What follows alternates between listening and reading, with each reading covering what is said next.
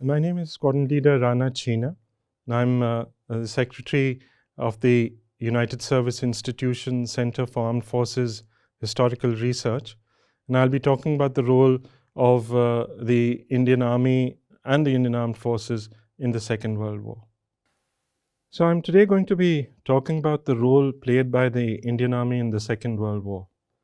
And now the Indian Army, as all of you are aware, is one of the finest institutions which has served our country with honor and fidelity through the ages. While the Indian Army has its present organizational roots in the colonial period, the ethos of the Indian soldier goes far back into antiquity, and it derives as much from the philosophy of Nishkam Dharma, or selfless service, which was preached by Lord Krishna to the warrior prince Arjuna on the battlefield of Kurukshetra, as it assimilates the essence of numerous indigenous military systems such as those of the Mughals, the Marathas, and the Sikhs, to name a few.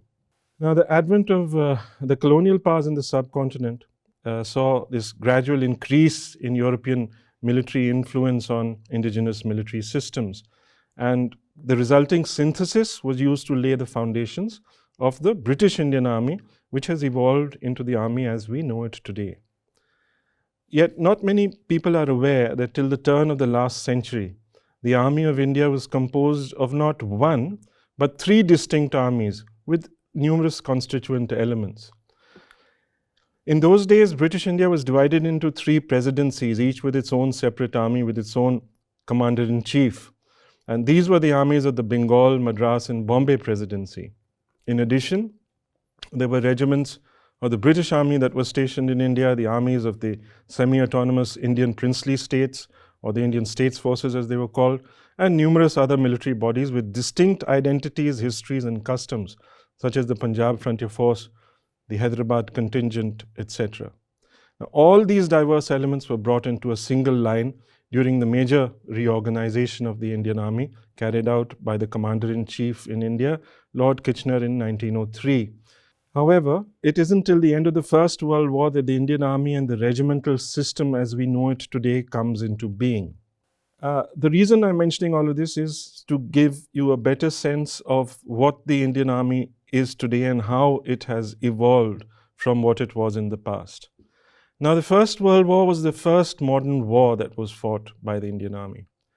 It exposed the deficits in training, organization, equipment, and recruitment of the army. And as a result of the lessons that were learnt on the killing fields of France, Flanders, Mesopotamia, and other battlefields, the Indian Army was reorganized once again in 1921-22.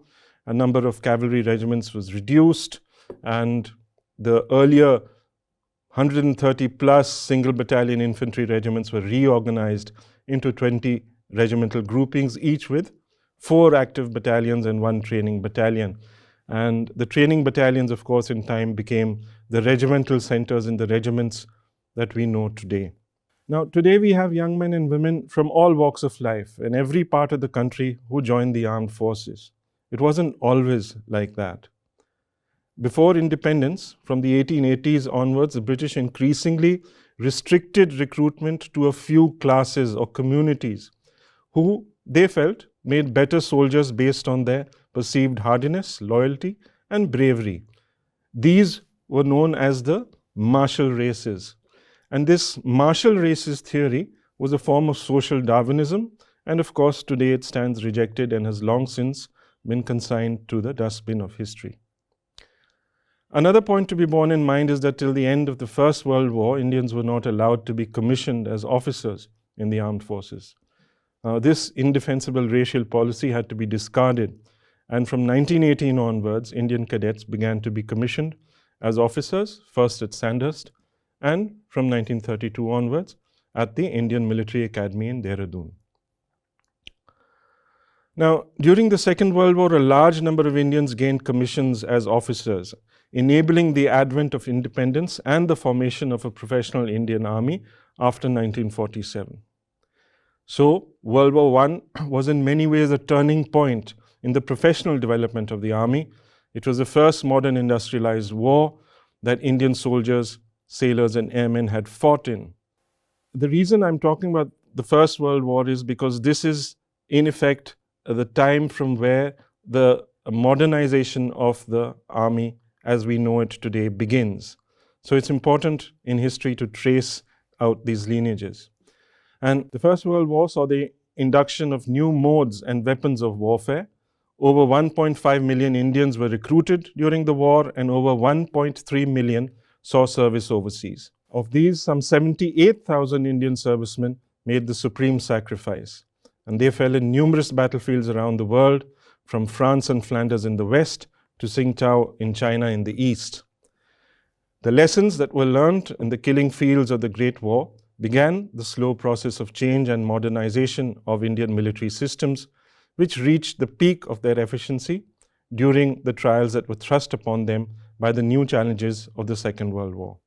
For those that still cling to the narrow view that the army fought an imperial war of no consequence to independent India, I would like to point out that it was this same army that used the experience and skills gained in the battlefields of World War II to save the Vale of Kashmir for India in 1947-48.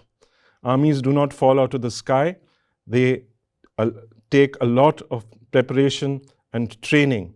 And it's one of the, it's on record that the leaders of the Indian freedom movement would often advise the Indian officers and soldiers. They said, we know that India is going to be free, and free India will need an army.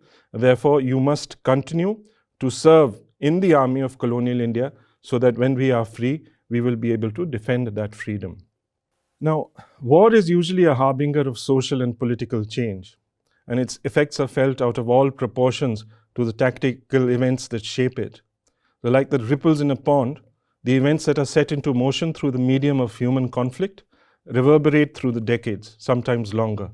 To give you but one small example, the modern Middle East was carved out of the corpse of the Ottoman Empire in a World War I campaign in which the bulk of the forces were Indian.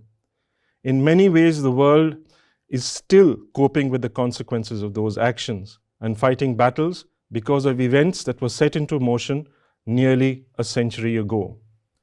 In post-colonial India, the state has always had an uneasy relationship with war. And the roots of this unease can be traced back to our colonial past. It has been very rightly said that war is a continuation of politics by other means, and nowhere is this Clausewitzian maxim better amplified than in the relationship between war and the politics of the Indian freedom struggle. Now, the Indian political response to the First World War was very different to that which it exhibited upon the outbreak of the Second World War. In 1914, Indian aspirations were limited to attaining the status of a self-governing dominion within the larger framework of the British Empire. As such, all hues of political opinion were united in their support of Indian involvement in the war effort.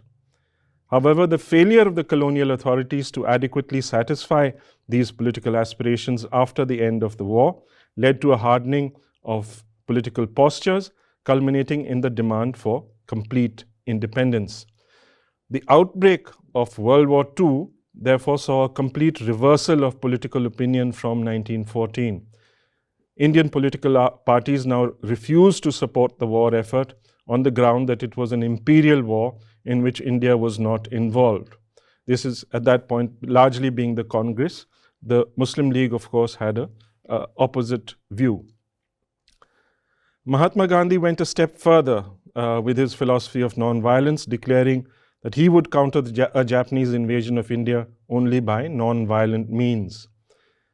Indian participation in the war was used as a major bargaining chip by Indian politicians who were not morally averse to taking part in the conflict, provided the British were ready to meet their demands for freedom. It was in the midst of this immense political churning that India raised an army of some 2.5 million men. Now, the Second World War was fought on a scale never before witnessed in human history. Once again, the world was split into two, with the Allied and Axis powers fighting for supremacy. And just as they had in the Great War of 1914-1918, the imperial powers drew their colonies into the conflict. India, the jewel in the crown of the British Empire, occupied a central place in sustaining this Allied war effort, especially in two major theaters of war, the Middle East and Southeast Asia. if you look at a map of the world and you put India in the center, you will find India, in a sense, forms a fulcrum or a pivot around which the war effort was being conducted. And it's the geostrategic location of India between these two major theaters, that's the Middle East and Southeast Asia, that ensured that it played a pivotal and multifaceted role, in the words of Philip Mason, as, and I quote, a base, a storehouse, a springboard, and a recruiting ground, unquote.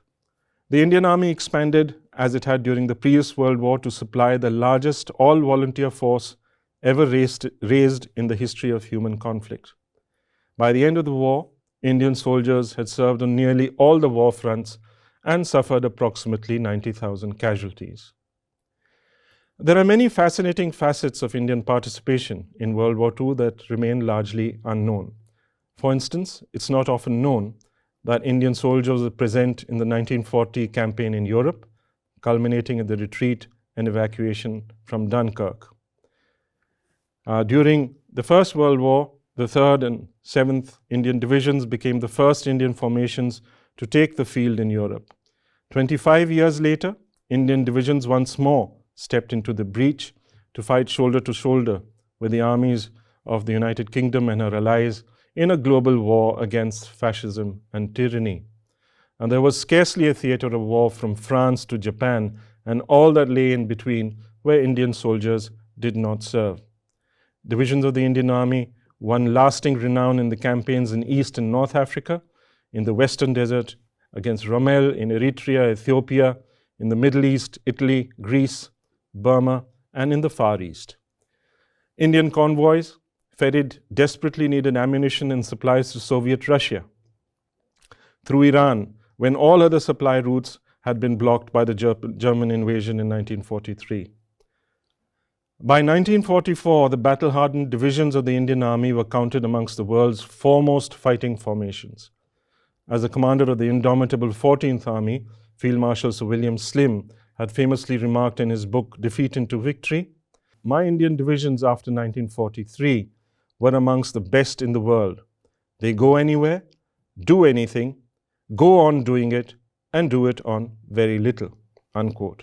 The 4 Royal Indian Army Service Corps Animal Transport Companies of Force K6 were the first Indian soldiers to serve on the continent of Europe in the Second World War. As I mentioned, they formed a part of the British Expeditionary Force from December 1939.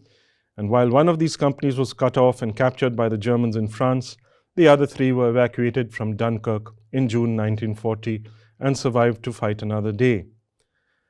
However, the 3 Indian divisions that served in the campaign in Italy from September 1943 till the end of April 1945 provided by far the most significant Indian presence in Europe. These were veteran formations of the 8th Army and had seen active service in the Western Desert, Egypt, Somaliland, Eritrea, Sudan, Syria, Iran, and Iraq before they landed in Italy. The Gorkhas and Marathas, as well as the Sikhs and Pathans and Punjabi Muslims of the frontier force, had honed their skills through generations of fighting on India's northwest frontier, were troops that were ideally suited for the type of warfare that they encountered in Italy. Landing in the foot of Italy, these Indian formations fought their way up the peninsula in a series of hotly contested battles, breaching first the Gustav and Hitler lines in the south, before punching through the Gothic line in the north. The terrain in Italy, of course, immensely favored the defenders, who comprised some of the most skillful and determined units of the German army. And battling their way across a litany of rivers from the south and reducing German strongholds in the mountain fastness of the Apennines along the way, the Indians fought alongside British, Canadian, Polish, and New Zealand soldiers and forged close relationships and ties with them on the field of battle. They played a key role in defeating the powerful German forces in Italy, adding the names of Monte Cassino, Città di Castello, San Marino, and many more to their long list of battle honors. The German paratroopers and panzer grenadiers were a formidable foe, but they were ultimately routed by the united effort of the allied nations fighting in a common cause. The campaign in Italy demanded a great deal of technical expertise, and a large number of streams and rivers had to be bridged, often under fire, to enable tanks and troops to cross, to get to grips with a determined foe. And these tasks were rendered all the more difficult by these diabolical shoe mines, which were virtually undetectable in wooden casings, and they were liable to explode with only a few pounds of pressure. And with the rains that had turned these streams and torrents into quagmires of mud. So it was in many ways a war where the engineers and the supply and transport, the sappers, they all worked in unison to make a victory possible. And official Indian accounts record that no less than 224 of these support formations followed the fighting units and the Indian divisions into Italy. The Germans, of course, aimed at keeping the fight as far away from the fatherland as possible, while simultaneously denying the Allies the use of Italian airfields and seaports, and they hoped to exact a maximum price in blood from the advancing Allies by exploiting the defensive potential of the terrain and turning the entire Italian peninsula into a fortress. In doing so, they hoped to pin down large bodies of troops that might otherwise have been employed elsewhere. The country was ideally suited to the German strategy of selling ground at a high price before falling back onto prepared positions where these tactics were again reenacted. And there were, of course, numerous acts of self-sacrifice and valor performed by Indian soldiers battling a common foe. 6 Indian soldiers won the Victoria Cross for supreme gallantry in action, and 2 were posthumously awarded the George Cross. A third was awarded to a British officer serving with an Indian unit. Amazing stories, of course, of the war was the award of Victoria Cross to Naik Yashwant Gadge, whose fight with a German unit almost took on a kind of a very personal flavor. And although he ultimately died assaulting and capturing the position that he was tasked to, he managed to do that, and the German offensive was held. Ultimately, the German CO was handed over a revolver and shot himself because he had failed to eject the Indians from the positions that they had captured. Now, amongst the lesser-known achievements of Indian and British forces in Italy was the recovery and preservation of numerous art treasures.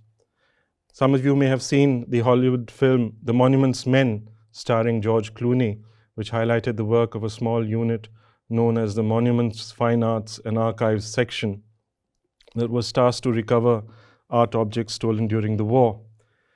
However, this film makes no mention of either a British artillery officer with one of the Indian divisions who risked a court-martial to save a 500-year-old Renaissance painting from destruction at a place called San Sepolcro, or the discovery by the Maratha Light Infantry of 261 works of art stolen from the Uffizi and Palazzo Pitti art museums in Florence. Among them was Botticelli's Primavera and his masterpiece, The Birth of Venus. The British and Indian armies, of course, turned these paintings over to the MFAA. And it was said that it was suggested that when the Uffizi Gallery reopened, one of their galleries should be renamed the Maratha Gallery in honor of the service performed by the Maratha Light Infantry in recovering these art treasures. That, of course, never happened.